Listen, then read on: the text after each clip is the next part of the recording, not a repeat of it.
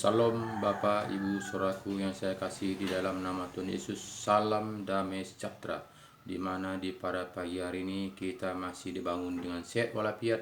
Itu semua karena Tuhan sangat mengasihi kita, sehingga di pada pagi hari ini kita masih dibanguni dengan sehat walafiat, masih bisa kita merenungkan kebenaran firman Tuhan. Dari itu Bapak Saudaraku, kita harus mengucap bersyukur kepada Tuhan. Dari itu mari kita sama-sama berdoa.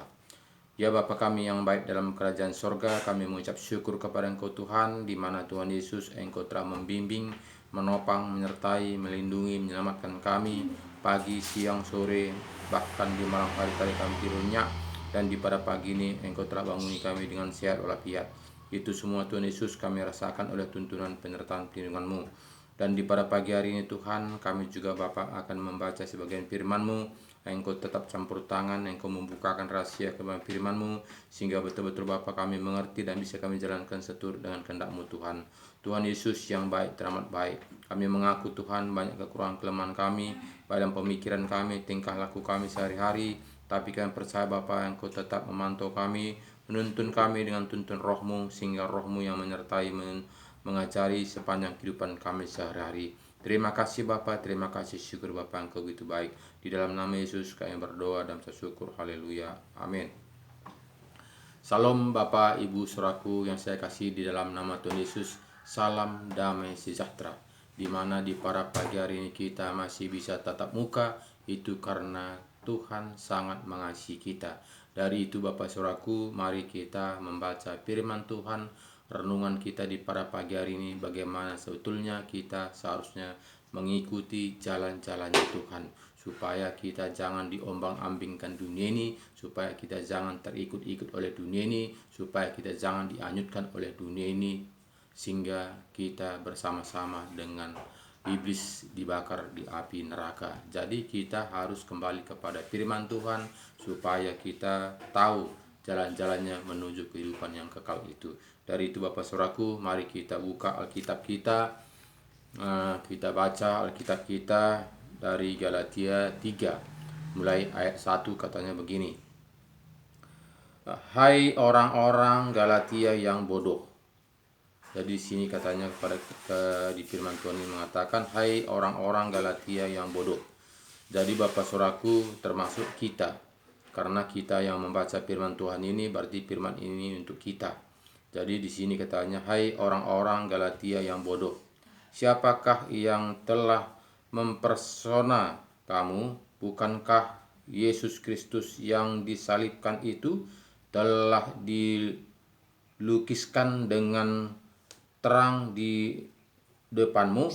Jadi di sini katakannya dipertanyakan kepada kita, hai orang-orang Galatia yang bodoh, siapakah yang telah mempersona kamu? Bukankah Yesus Kristus yang disalibkan itu telah dilukiskan dengan terang di depanmu? Jadi jelas sini Bapak Saudaraku, seringkali kita bukanlah Yesus Kristus yang disalibkan itu lukisan ikutan kita dalam kehidupan kita sehari-hari. Seringkali kita hidup dalam dunia ini Bapak Saudaraku, kita mengikuti ajaran-ajaran manusia yang menuntun kita. Bukan kita kembali kepada firman Tuhan yang dilukiskan kepada kita untuk menyelamatkan kita, menunjukkan jalan kebenaran. Karena apa? Karena seringkali kita itu lebih yakin apa kata orang ketimbang apa kata firman Tuhan. Karena banyak orang juga mengatakan bahwa firman Tuhan itu ciptaan manusia. Jadi Bapak Saudaraku, jika kita pengertian kita sedangkal itu, tentu kita tidak akan percaya ada Tuhan. Kenapa? Karena semua Alkitab, jika kita mengatakan Alkitab ini ciptaan manusia, jadi bukanlah karena diilhamkan firman Tuhan ini, berarti kita itu hanya ikut-ikutan saja supaya manusia baik. Ternyata kita uji firman Tuhan ini Bapak Saudaraku, kita baca firman Tuhan ini, kita praktekkan. Jika tidak benar Alkitab ini, ya ngapain kita menjadi orang Kristen? Ngapain kita menjadi pengikut Kristus jika tidak benar? Jadi kadang kita mengujinya juga tidak mau. Jadi kita hanya ikut-ikutan saja, kita hanya melihat apa kata orang, mendengar apa kata orang. Jadi Bapak Ibu Saudaraku yang saya kasih di dalam nama Tuhan Yesus, mari kita baca Alkitab ini, tekuni, praktekkan. Jika tidak benar, tak usah menjadi orang Kristen. Tak usah kita percaya apa kata isi Alkitab ini. Jadi ngapain kita mesti ikut-ikutan saja, ngapain kita harus menyiksa diri jika tidak benar isi Alkitab ini. Jadi Bapak Saudaraku, saya sudah mengalaminya karena saya tahun 2006 semalam saya divonis dokter mati. Tapi saya praktekkan firman Tuhan ini karena saya dengar di radio, imanmu menyembuhkan engkau seperti perempuan pendarahan 12 tahun. Dari itu iman saya timbul. Tuhan, saya baru setahun, berarti kecil bagi engkau Tuhan. Karena 12 tahun saja engkau menyembuhkannya dengan imannya saja. Jadi saya juga beriman Tuhan, jika saya percaya saya akan mempraktekkan firman-Mu, mengerjakan pekerjaan yang Kau percayakan kepada saya. Dari itu saya mengimani betul-betul saya mendapatkan kuasa mujizat Tuhan itu. Dari itulah saya praktekkan sehingga saya sungguh-sungguh untuk menjalankan kebenaran firman itu Bapak Saudaraku. Sehingga tahun 2006 sampai sekarang saya menyampaikan firman Tuhan, walaupun mungkin firman saya sampaikan itu tidaklah sama seperti hamba-hamba Tuhan yang sudah sekolah 5 tahun untuk mendapatkan gelarnya. Tapi saya, Bapak Ibu Saudaraku, saya tidak punya sekolah, saya tidak punya gelar, tapi saya tekuni firman Tuhan ini, saya praktekkan, bahkan saya jalankan firman Tuhan ini Bapak Saudaraku ke kampung-kampung di mana biasanya ke kampung-kampung itu jika kita tidak punya kekuatan tentu kita punah, karena banyak sana ilmu-ilmu gaib, banyak sana ilmu-ilmu halus yang mencobai kita. Jadi jika kita tidak praktekkan firman Tuhan ini tentu tumbang. Jadi Bapak Saudaraku, saya praktekkan firman Tuhan ini, ternyata firman Tuhan ini sangat luar biasa. Dari situlah saya yakin percaya Tuhan itu ada.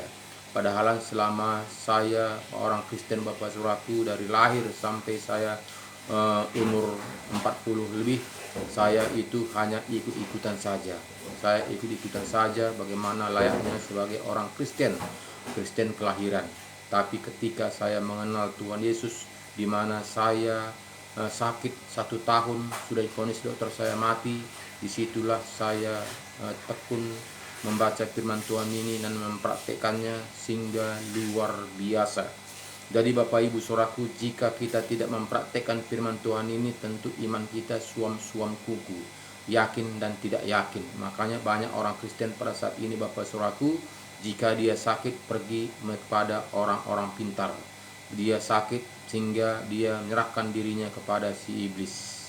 Padahal Bapak Saudaraku, apa gunanya jika dia memperoleh seluruh dunia ini jika jiwanya binasa? Jadi harapan kita, tujuan kita bukanlah tentang hal-hal dunia ini Bapak Saudaraku, tapi tujuan kita adalah hal-hal kerajaan sorga. Tidak seberapa manusia mengharapkan hal-hal kerajaan sorga. Kebanyakan manusia mengharapkan hidup untuk selama-lamanya di dunia ini. Jadi itu tidak akan ada. Tidak ada manusia hidup selama-lamanya di dunia ini. Tapi pada umumnya manusia lupa akan kematian, sehingga dia berusaha segala cara apapun itu dia lakukan supaya ia hidup di dalam dunia ini.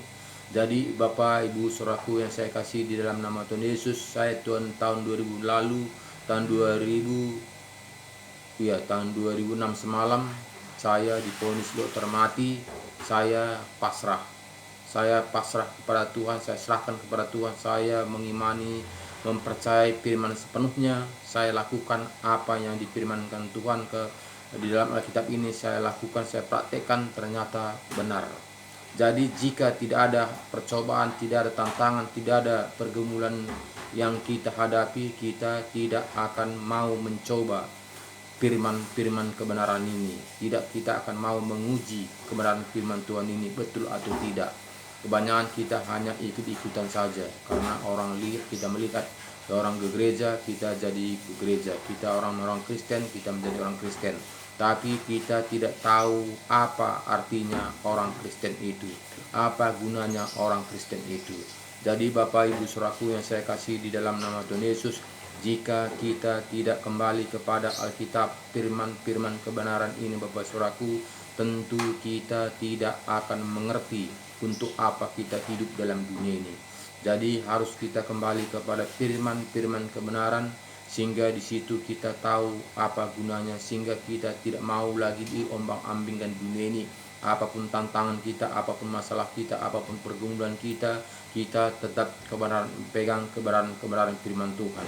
Bapak Ibu Saudaraku yang saya kasih di dalam nama Tuhan Yesus, saya sangat banyak orang membenci saya, apalagi dulunya keluarga saya, karena saya tidak mengikuti ajaran-ajaran turun-menurun, sehingga dia membenci saya. Tapi akhir-akhir ini Bapak Saudaraku, semua keluarga saya itu rindu, semua keluarga saya itu paham apa yang saya alami, karena saya praktekkan firman Tuhan ini. Karena kasih itu bukanlah karena kita mengajarkan, karena kita mengikuti ajaran-ajaran turun-menurun. Karena kalau kita mengikuti ajaran turun-menurun itu berarti kita belum merdeka, berarti kita masih dijajah, masih diatur, masih dikendalikan oleh karena aturan-aturan manusia. Jadi Bapak Ibu Saudaraku yang saya kasih di dalam nama Tuhan Yesus, saya melakukan ini bukan karena gereja, saya melakukan ini karena bukan kehendak saya, tapi saya melakukan ini karena firman-firman kebenaran. Jadi ini semua Bapak Saudaraku bukan gampang mengikuti kebenaran firman Tuhan ini dengan taat dan setia, karena banyak tantangan, banyak hambatan, banyak ocehan, banyak yang harus kita hadapi. Karena kalau kita menghindari ajaran-ajaran turun-menurun itu, terlebih dulu keluarga kita yang belum paham akan kebenaran firman Tuhan, pasti kita menentangnya. Dia katakan kita itu, pasti katakannya kita itu sudah Babylon. Itu dia mengatakan. Kenapa? Karena tidak ada roh bekerja di dalam hatinya. Jika sudah ada Roh Kudus diam di dalam hatinya, tentu dia mengerti apa yang dijalankannya, tentu dia mengerti apa yang kita jalankan. Kenapa? Karena sudah ada Roh Kudus untuk menuntun, membimbing, menyertai kita. Karena Bapak Ibu Saudaraku yang saya kasih di dalam nama Tuhan Yesus, jelas firman Tuhan mengatakan Bapak Saudaraku, di mana di Yohanes 15 sini jelas, sini katakannya 15 jelas sini katakannya Bapak Saudaraku, di sini jelas katakannya, jika dia belum penuh Roh Kudus, tentu dia akan melakukan seturut dengan ajaran-ajaran yang diikuti selama ini, ajaran-ajaran turun-menurun. Karena di sini katanya kepada kita, jikalau dunia membenci kamu, ingatlah bahwa ia telah lebih dahulu membenci aku daripada kamu. Sekiranya kamu dari dunia, tentulah dunia mengasihi kamu sebagai miliknya. Tetapi karena kamu bukan dari dunia, melainkan aku telah memilih kamu dari dunia, memilih kamu dari dunia, sebab itulah dunia membenci kamu. Ingatlah apa yang telah kukatakan kepadamu, seorang hamba tidaklah lebih tinggi daripada tuannya. Jikalau mereka telah menganiaya kamu, mereka juga akan ingatlah apa yang telah kukatakan kepadamu, seseorang hamba tidaklah lebih tinggi daripada tuannya. Jikalau mereka telah menganiaya aku, mereka juga akan menganiaya kamu. Jikalau mereka telah menuruti firman-Ku, mereka juga akan menuruti perkataanmu. Jadi sini jelas katanya Bapak Saudaraku, dunia tidak mengenal. Ingatlah apa yang telah kukatakan kepadamu. Jadi itu kata firman Tuhan mengatakan kita tadi kepada kita, sekiranya kamu dari dunia, tentulah dunia mengasihi kamu sebagai miliknya. Jadi kita bukan dari dunia, walaupun saat ini kita masih hidup dalam dunia, kita tampil beda karena kita sudah dibeli. Di mana tadi katanya tadi kepada kita, sebab sekiranya kamu dari dunia, tentulah dunia mengasihi kamu sebagai miliknya. Tetapi karena kamu bukan dari dunia, melainkan aku telah memilih kamu dari dunia, sebab itulah dunia membenci kamu. Jadi tidak heran dunia membenci kita. Tapi akhirnya Bapak Saudaraku, jika dia dipenuhi dengan Roh Kudus, dia akan dibukakan rahasia-rahasia kebenaran firman Tuhan, sehingga dia akan mengerti jalan-jalannya Tuhan. Jika tidak dia dipenuhi dengan Roh Kudus, dengan akalnya sendiri, dengan kepintarannya sendiri, dengan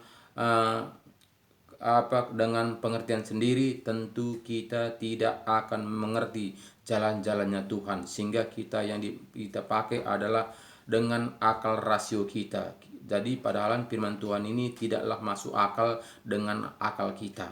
Karena apa? Karena nggak mungkin dua menjadi satu, nggak mungkin bisa lima dua keping roti, lima keping roti bisa memakan 5.000 orang. Itu tidak mungkin, itu tidak logika, tapi itu kenyataan firman Tuhan. Jadi jika kita pikirkan dengan logika Bapak Saudaraku, firman Tuhan ini tidak akan menyambung.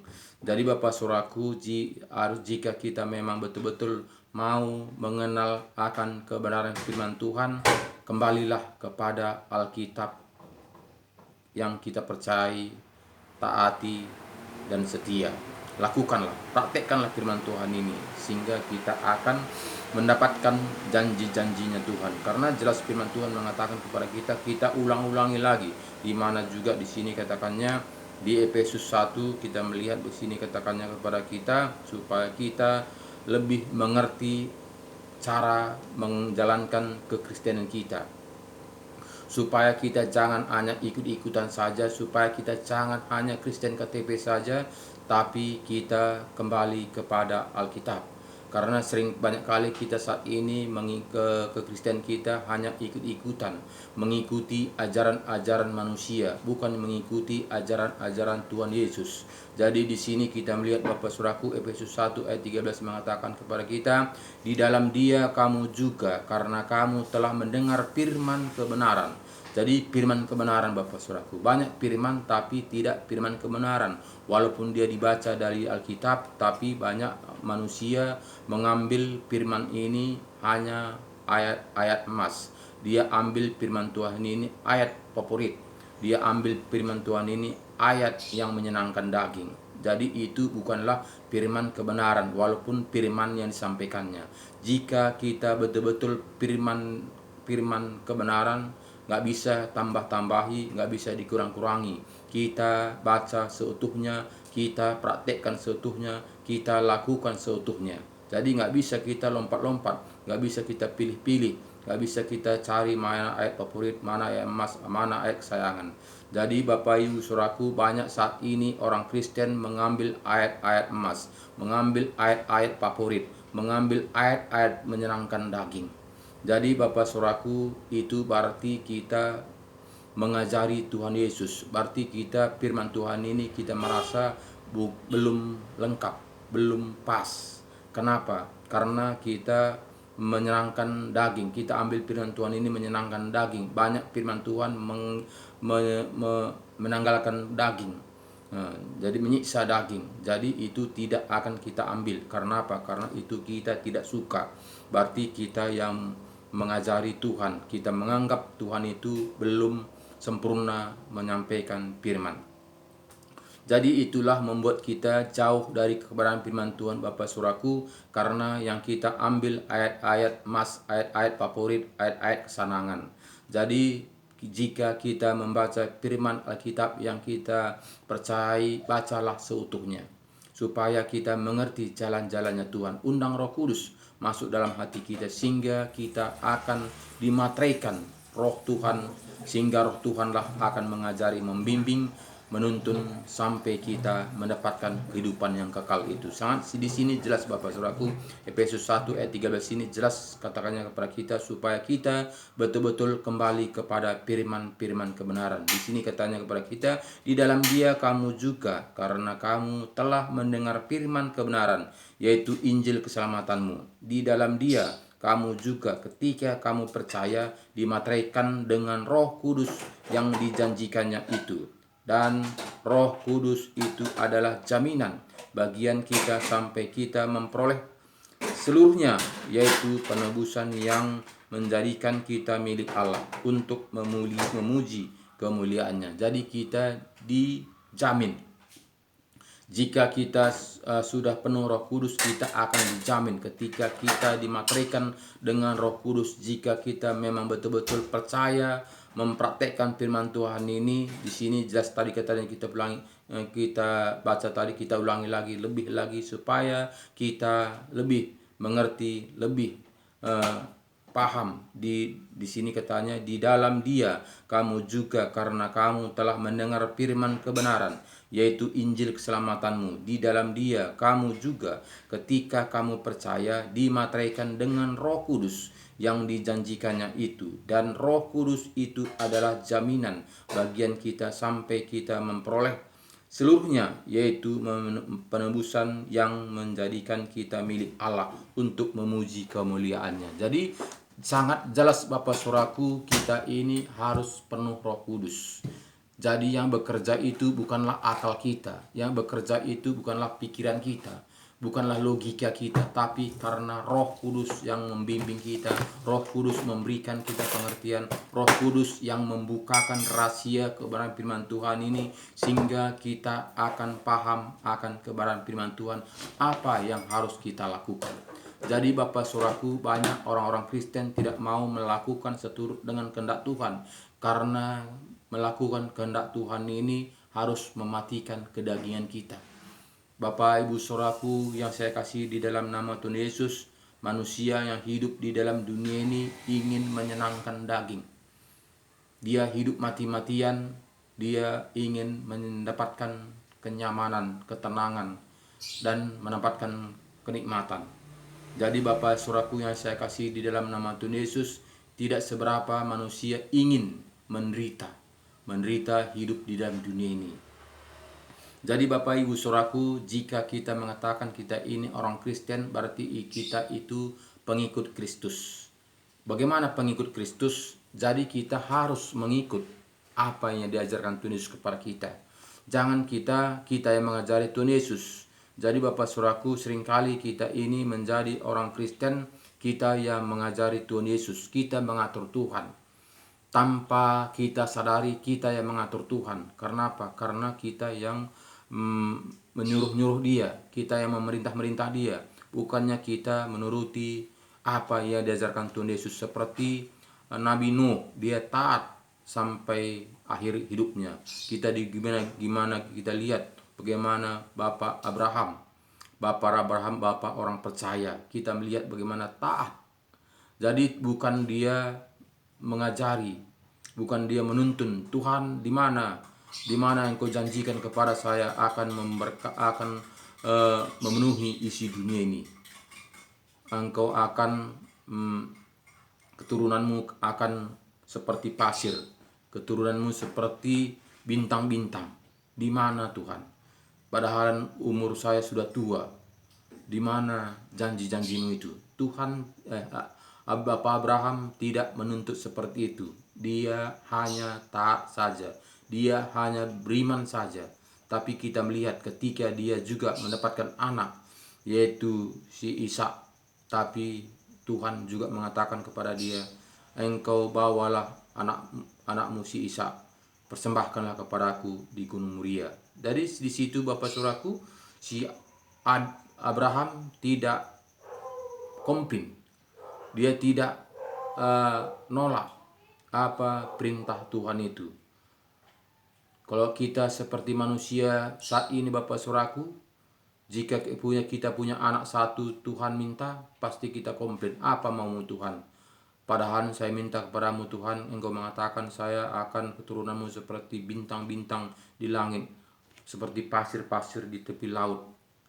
Padahal anak anak saya salah satunya Engkau minta pula. Apanya tujuanmu? Apa maumu ini Tuhan? Pasti seperti itu kita komplain. Kenapa? Karena kita yang mengatur Tuhan. Tapi Bapak Abraham tidak. Dia pasrah saja. Dia ikuti saja. Itu semua kehendakmu. Suka-sukamu Tuhan. Sehingga dia ikuti apa yang diperintahkan Tuhan kepada Bapak Abraham. Ternyata kita melihat. Jadi Bapak Saudaraku, tidaklah gampang seperti iman-iman Bapak Abraham. Jadi kita diajari Tuhan kita supaya iman kita ini adalah iman seperti Abraham. Makanya kita Bapak Saudaraku, jika kita mengatakan kita orang Kristen, kita harus menjadi pelaku firman. Karena jelas Bapak Saudaraku, sini katakannya kepada kita di Yohanes 14, di mana sini Yohanes 14 sini Bapak Saudaraku, jelas firman Tuhan mengatakan kepada kita bahwa Yohanes 14 ayat 12 sini kita melihat, aku berkata kepadamu sesungguhnya barang siapa percaya kepadaku, ia akan melakukan juga pekerjaan-pekerjaan yang aku lakukan, bahkan pekerjaan-pekerjaan yang lebih besar daripada itu, sebab aku pergi kepada Bapa. Jadi itu tidak gampang. Tidak gampang bagaimana kita mengikuti Tuhan Yesus dari dia lahir sampai dia meninggalkan dunia ini. Itu tidak gampang. Jadi rata-rata manusia mengundurkan diri. Kenapa? Karena tidak gampang untuk mengikuti jejak Tuhan Yesus. Jadi Bapak Saudaraku, itu semuanya tergantung kita. Bagaimana sebetulnya kita mengikuti jejak Tuhan Yesus, itulah dengan firman kebenaran, yaitu harus kita dituntun Roh Kudus. Jika kita tidak dituntun Roh Kudus, kita tidak akan mampu, kita tidak akan kuat. Karena apa? Karena kita hidup dalam dunia ini penuh dengan kedagingan. Manusia hidup dalam dunia ini penuh dengan hawa nafsu. Jadi nggak mungkin kita sanggup untuk menanggalkan kedagingan kita. Jadi Bapak Saudaraku, jika kita tidak kembali kepada firman Tuhan, jika kita tidak uji firman Tuhan ini, kita tidak akan mau melakukannya taat dan setia. Makanya banyak saat ini Bapak Saudaraku, banyak orang Kristen membuat kebenaran diri sendiri, mengikuti ajaran-ajaran manusia, bukannya mengikuti kebenaran-kebenaran firman Tuhan. Jadi Bapak Saudaraku, ini kita super hati-hati supaya kita jangan nina bobokkan, supaya kita jangan dijual hidup-hidup, supaya kita jangan digonikan hidup-hidup. Jadi Bapak Saudaraku, marilah kembali kepada firman Tuhan, undang Roh Kudus masuk dalam hati kita, sehingga Roh Kudus yang membimbing, menyertai, menopang, menuntun sepanjang kehidupan kita sehari-hari. Karena jelas Bapak Saudaraku, di sini kita melihat juga di ayat 15 sini, kita melihat di sini katakannya kepada kita, jikalau kamu mengasihi aku, kamu akan menuruti segala perintahku. Itu tidak mungkin. Itu tidak mungkin jika kita masih kedagingan, jika kita masih egois, jika kita masih mementingkan diri sendiri. Itu tidak mungkin. Kita melihat bagaimana saat ini banyak orang masih menyenangkan dirinya sendiri, memperkaya diri sendiri. Bahkan dia katakannya kasih, tapi tidak memperdulikan sesamanya. Jadi itu adalah ajaran-ajaran manusia. Jadi jangan kita ditipu oleh dunia ini Bapak Saudaraku. Makanya kita harus kembali kepada Alkitab. Kita baca firman Tuhan ini, kita undang Roh Kudus masuk dalam hati kita, sehingga kita mengerti jalan-jalannya Tuhan. Karena ini Bapak Saudaraku, akhir zaman. Setan sudah gencar-gencarnya untuk menggoda manusia.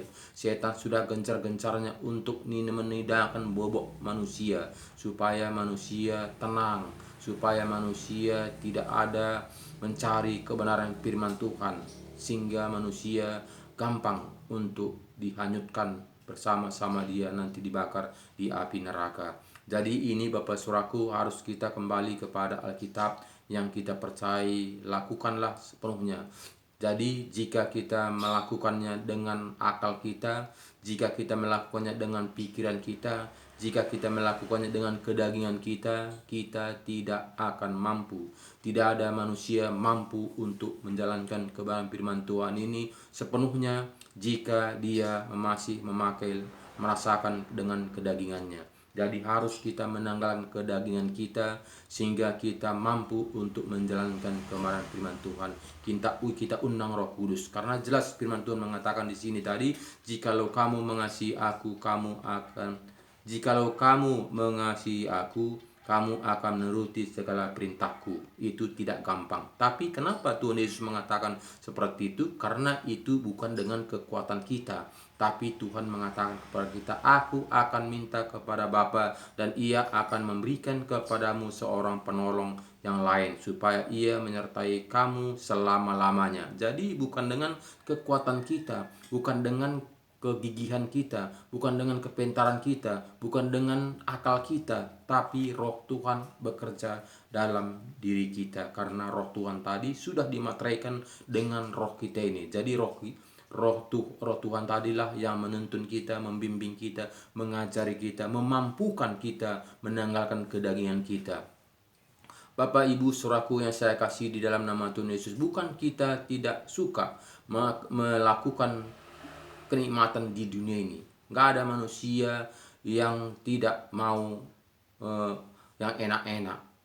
Semua manusia pasti mau yang enak-enak. Tapi karena ada Roh Tuhan yang menyertai, Roh Tuhan yang membimbing, Roh Tuhan yang menguasai, sehingga kita bisa menanggalkan hawa nafsu kita, menanggalkan kedagingan kita, menanggalkan akal pikiran kita, sehingga kita berjalan berturut beserta Tuhan. Jadi sini kita melihat, aku akan meminta kepada Bapa dan ia akan memberikan kepadamu seorang penolong yang lain supaya ia menyertai kamu selama-lamanya. Jadi apa itu Bapak Saudaraku? Di sini kita tahu bagaimana tadi Efesus 1 tadi ayat 13 14 tadi, Roh Tuhan, Roh Kudus akan dimateraikan. Jadi Roh Kuduslah yang menyertai kita. Saya jelas di sini katanya ayat 17 mengatakan kepada kita, yaitu Roh kebenaran.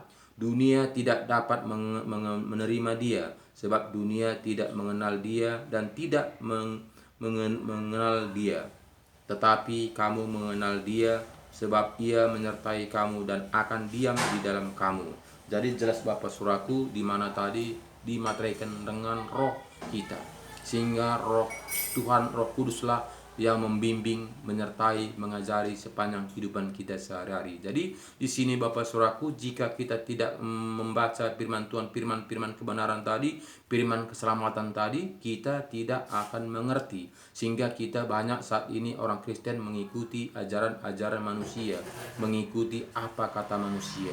Kenapa? Karena kita tidak mau menggali kebenaran firman Tuhan, tidak mau mempraktekkan firman Tuhan, kita tidak mau menguji firman Tuhan, sehingga kita tidak merasakan bagaimana Tuhan menyertai kita. Jadi Bapak Saudaraku, di sini jelas tadi katanya kepada kita tadi ayat 7 tadi mengatakan, 17 tadi mengatakan kepada kita, yaitu Roh kebenaran.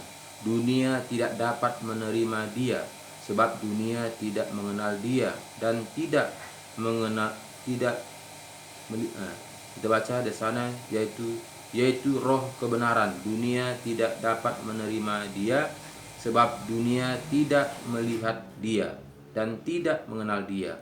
Tetapi kamu mengenal Dia sebab Ia menyertai kamu dan akan diam di dalam kamu. Jadi di sini Bapak Saudaraku sangat jelas, sangat jelas. Jadi jika pikiran kita masih pikiran dunia, tentu kita tidak akan mengerti, tentu kita tidak akan tahu jalan-jalannya Tuhan, sehingga kita mengikuti ajaran-ajaran kebiasaan kita masing-masing, masih mengikuti apa yang diaturkan oleh manusia, bukan kita menjalankan seturut dengan apa yang diaturkan Tuhan Yesus kepada kita. Jadi di sini kita melihat tadi kepada kita tadi, yaitu Roh kebenaran. Dunia tidak dapat menerima Dia sebab dunia tidak mengenal Dia dan dunia tidak melihat Dia dan tidak mengenal Dia. Tetapi kamu mengenal Dia sebab Ia menyertai kamu dan akan diam di dalam kamu. Jadi itulah Bapak Saudaraku, sehingga kita mampu untuk menanggalkan kedagingan kita. Jadi ini semua sebab Bapak Saudaraku, rata-rata manusia mau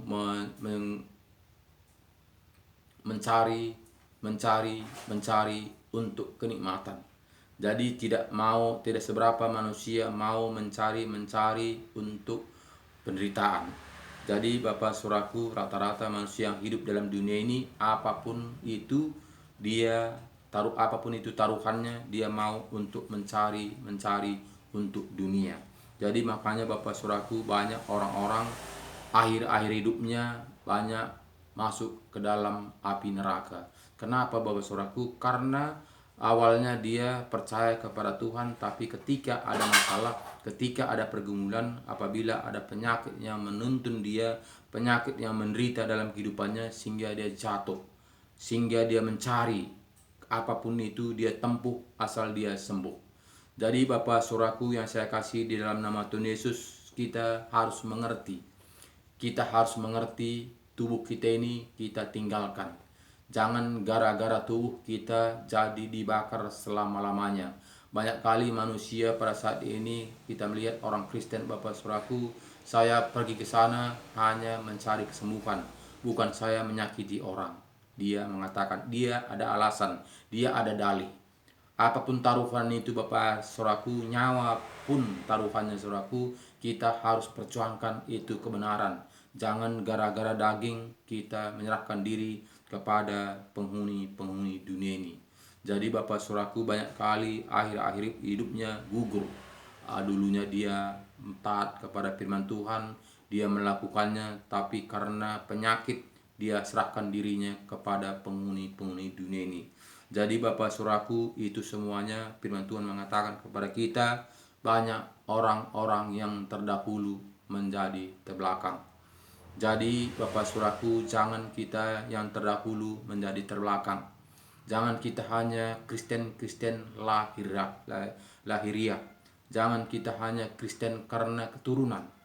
Marilah kita gali firman Tuhan ini, lakukan firman Tuhan ini, uji firman Tuhan ini, praktekkan firman Tuhan ini dengan taat dan setia, supaya kita jangan sia-sia kekristenan kita. Jangan kita hanya datang ke gereja. Jangan kita hanya berkorban saja.